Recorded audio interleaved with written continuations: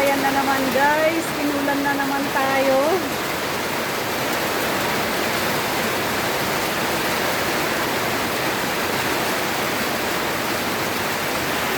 Kailan lunch time guys? Saka na naman tayo inulan, ayan. Binahabahan na naman tayo.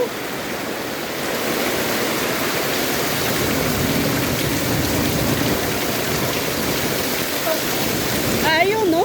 Mga solid. Ganyan pag mga immortal, eh. Mga solid, oh, kahit binabagyo.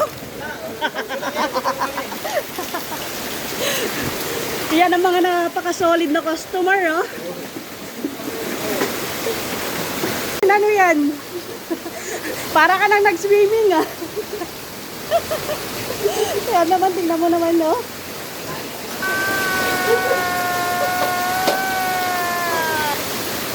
Guys, oh, pagkatapos kumain, pwede na silang mag-swimming. What? Bro, what are you talking about, man? Saan? Nako, may bagyo. Magpapakapagod pa kayo dito na lang, no?